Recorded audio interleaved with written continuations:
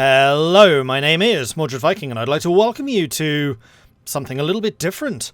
So this is the Anbennar mod for Europa Universalis. This basically turns EU4 into a grand strategy fantasy game with dwarves, orcs, gnolls, humans, elves, ogres, centaurs, harpies, and all kinds of different weird and wonderful races and factions. And it's bleeding huge. Like, when I've seen screenshots of this in the past, it was just the main continent area, which is this. It's a bit bigger than that, and yeah, there is a lot going on here. I've been doing some reading into the lore, I've been doing some reading into the backgrounds just to kind of get tabs on what is going on, and I think I can provide a little bit of an overview, but to not spoil all of that stuff until I actually start streaming this, which is going to be occurring tomorrow. That is Saturday, the 2nd of January, starting at 5 PM. I was going to do Total War Attila and Total War Warhammer the Dwarves, but I'm going to do this instead because I'm really excited to get stuck in and try this out. So, why is this video here? Why am I not doing this on Twitch? One, I was really excited and I want to play this. Secondly, I want to open up the question of which faction should we play as early as possible, so I could do some more research, I could get some more reading and kind of understand what is going on in the lore. I have been doing that. It's taken me like 2 hours or so reading up on various different things, and I have a couple of candidates which I think would be of interest, and none of them are over there. They're all over here in this weird structured area. This is mountains. And what I'm looking at right now are basically the Dwarven kingdoms, or the former Dwarven kingdoms, which existed in Anbennar. There has been this great calamity known as the Green Tide, and basically what this was is the orcs spilling out from their various hidey holes throughout the mountains and beyond, wiping out the majority of the dwarves, wiping out one of the major human nations as well, and we are basically starting the game in the aftermath of the Green Tide. So all of these empty areas are actually owned by orcs. The orcs are effectively the natives of this. They are super aggressive, super ferocious, and there are a lot of them. So any movement you make is going to be up against these hordes and hordes of orcs. So it's going to be a slow, gradual process while you eradicate the orcs, retake these territories, and then re-establish whichever nations you try to get. So the first thing I should point out is this area was a former human kingdom, and all of these little spots of colour are either the orcish tribes, which are starting to reunite and band together again, rather than just this completely dispersed menace, which was formerly united, but their leader just died. So this is basically just the savage remnants of the orcish peoples, which have started to coalesce, but also have started to attract adventurers who are like, aha, this is now open territory. The orcs are no longer united. There is now an opportunity here. So we've got things like Cormintar, the Brave Brothers. We've got Earworm, which is one of the orcish remnants. We've got Rockcleaver, another one. Smallfellows, Grasshopper Muncher, the Sons of Demaria, Vementooth, Warriors of Ankard. So you can play as some of these adventurer groups, and they use the migratory mechanics from EU4, basically like the Native Americans, to move around and basically pick a spot where they want to form themselves up. But outside of just the human adventurer groups, you've also got dwarven adventurers, and these guys here, the Astra Expedition, is actually who Arumba is playing as. They are one of the choices. We're currently on the Children of Dwarven bookmark. These are all actually starting in the same era, but they basically just highlight different areas of the map and basically say, okay, this is what's going on in this area. So we are basically on the edges of the Adventures of the Green Tide, Shadows of the Deep Woods, Children of the Dwarven. This was kind of these three. So the Deep Woods are down here. This is where there are a bunch of elves and other forest-dwelling nations, which are kind of lost, but also starting to get found. Then we've got the Adventurers of the Green Tide, which is here, and then the Children of the Dwarven, which are over here. So there are a couple of Dwarven expeditions. So for example, the Astra Expedition, we can see Technology Group Dwarven, and actually if we flip over to the culture and hover over them, we can see that they are Silver Dwarves. They are basically going along this, the Dwarverod, which is basically the the Dwarven roads, and they're trying to find the ancient holds, which are kind of these square structures, in order to repopulate and rebuild the Dwarven Empire. However, throughout the Under roads, the Underdark, the deep roads, whatever you want to call them, there are these scattered groups, oh no, that's another Dwarven one, of orcs and goblins and kobolds, which you are also going to be coming up against, and they are also going to be effectively doing the same thing. So which are the factions and who can we look at? Well, we've got 5 adventurer dwarves and then 5 lost holds. The adventurers are the Azra expedition, and like I said, Arumba is already playing this. He went east, he's gone down the road, but you could just as easily actually spill out into the former human territories. So if we played as Azra, I think I would actually do that. I would try to basically become a surface dwarf and take over some of these areas over here. There are no other dwarven factions here, I've checked. The nearest surface dwarf is Silverforge, which is right here. And this is like in the central human occupied region where there are majority humans, half-elves, elves, dwarves, that one little dwarven outpost. There's actually some halflings over here as well. These 2 kingdoms are halfling. So we could try to basically create our own holding out here, probably starting in Kugdir, which is like the entrance to the mountains. The mountain strongholds. So that could be interesting. We could also play as the Silverforge expedition, which I believe would have links to Silverforge, which is the surface dwarven kingdom. They probably sent these guys out and said, look, try to find our ancient kin. So we could play as them, which are a little bit further in. They're basically occupying these caverns, probably having just found a way in through that rather than Azra, which found the main entrance. Or we could play as the Company of Duran Blueshield, who is over here. I don't know how on earth he got over there. He's kind of deeper, way deeper than any of the others, because if I understand things correctly, this was the center of the Dwarven Empire. This is the Shattered Crown is the most developed region in the subterranean realms, and it has the Hall of the Ancestors next door, and the dwarves do have ancestor worship. So I think that this was the center of the Dwarven realm, or else it's like an Erebor type structure, because it's just a one mountain on its own. But the Blue Shields do seem to be closest to that, so if we wanted to like really go for the reclamation of Erebor, Thorin's company type thing, then we should probably play as Duran Blueshield. Then we've got the Ruby Company, who are probably the most dangerous position, being here near the Rail Skulkers, but they're off on their own. There isn't really anyone else super close to them. So if we wanted to create like a big isolated Dwarven Empire, we could probably go with them, because we've got Azra up there, we've got Blue Shield there, the Silver Expedition's way up there in the north, and then all of this is just open. So we could kind of create our own Lost Kingdom through doing that.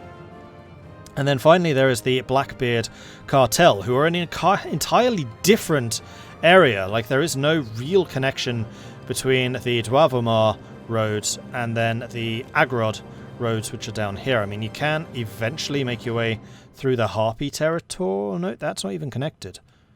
Yeah, so the connection to the outside world is here. Oh no, you can actually get all the way through here, but this is all Orc territory, I believe.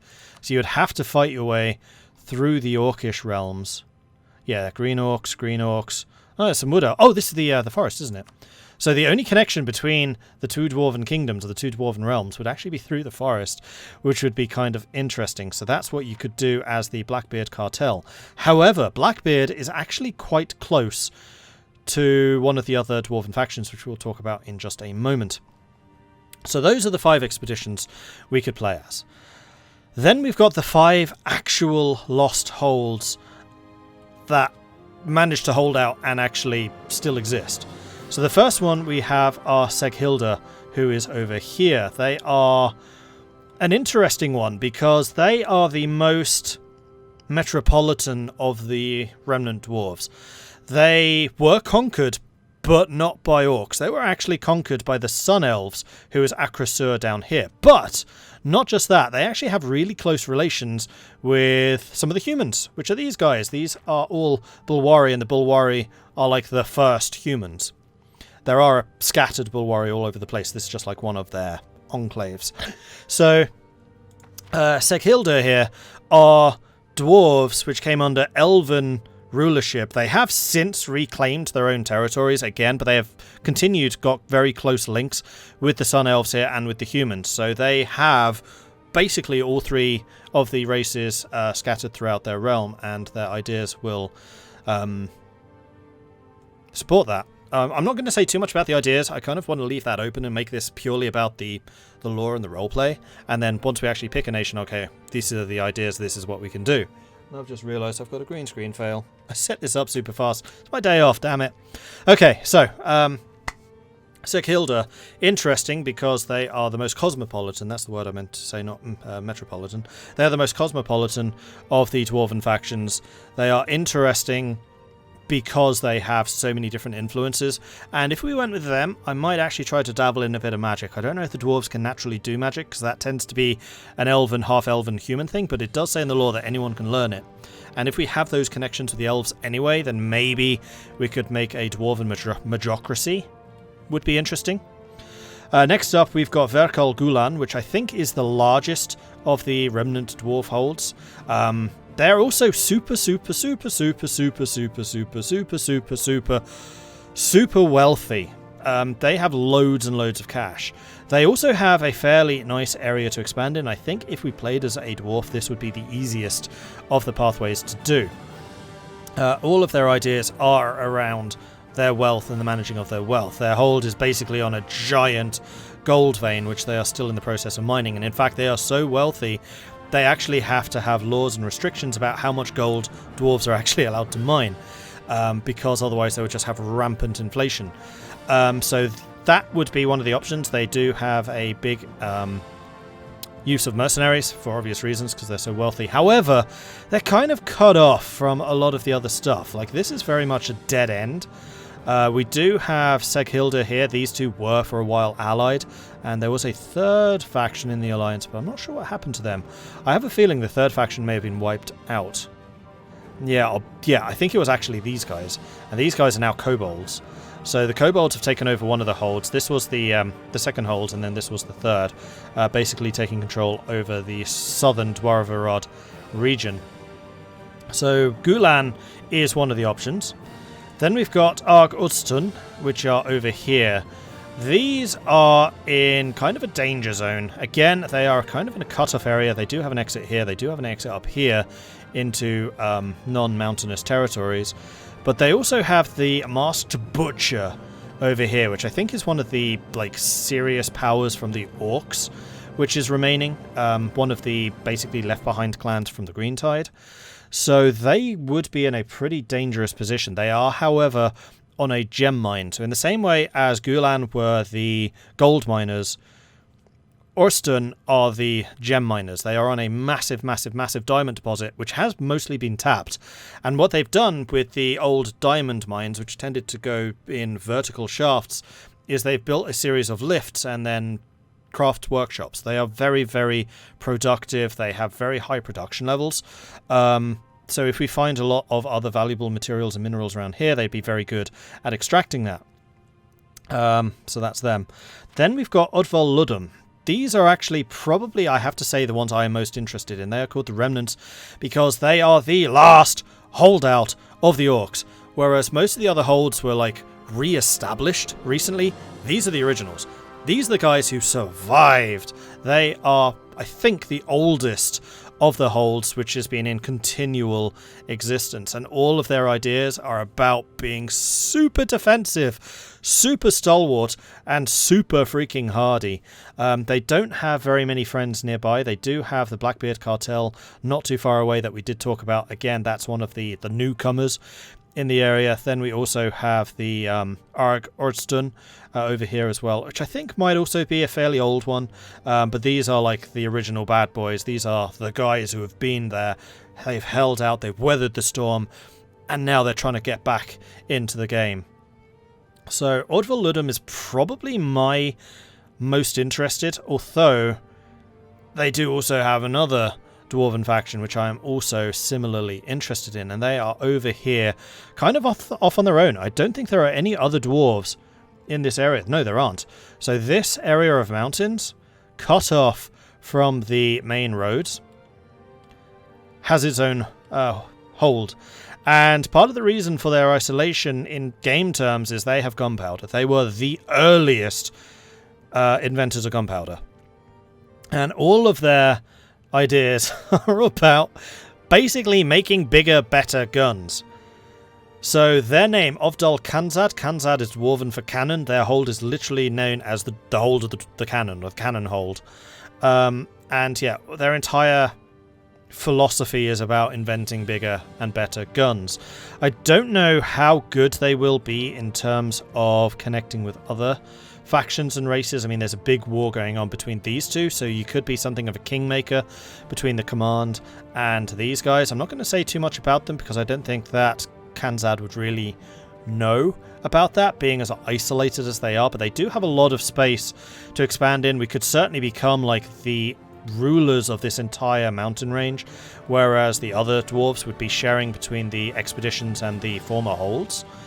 But they are the 10th choice that we could play as. So again, gonna post this up on the Discord. I will have all 10 options available to be picked, with a very brief overview, but I just wanted to put out this video to say, okay, this is the locations, and give you something a little bit more visual about what's going on. Again, I'm not going to show you their ideas except for what I've already touched on. Oh, yes, there is one other thing actually. The 5 adventurers, they start off with adventure ideas. I did ask on the Anbennar Discord whether the adventurers, when they settle down, get new idea groups, and they do. So the adventurers are all about which of the former holds they settle in. So it's these square areas are the hold. So if Azra takes over Kugdir, we basically become Kugdir. If they take over Haraz Oldham, they become Haraz Oldham. So you can settle, and your ideas will change, reflecting on where you have settled. So again, if we do take Azra, we'll probably go to Kugdir, and then we'll basically try to become a semi-surface, semi-subterranean dwarf hold, which I think would be an interesting playthrough. But yeah, that's what's going on here. So the adventurers can become new holds depending on where they settle, and we can of course take Azra and go all the way through or outside, or we could do Silverforge. I think what I'm going to say is, if you want to do surface dwarves, we'll play Azra. If we want to go subterranean dwarves, we'll go Silverforge. So Azra goes this way, Silverforge goes this way, and then the others are in their own unique areas with other exploration they could do with their own whole dwarf holds nearby, which they could try to retake and reconquer, and then go from there. Alright, so Discord, link is in the description below. You will need to join the Discord, head over to the poll section, and then it's basically you just react with the emote to the option that you want to have of the 10 different choices. It should be pretty clear when you join, and again, it's going to be in the polls channel on the Discord, so you just need to join the Discord and then go to the polls channel. Should be pretty obvious though.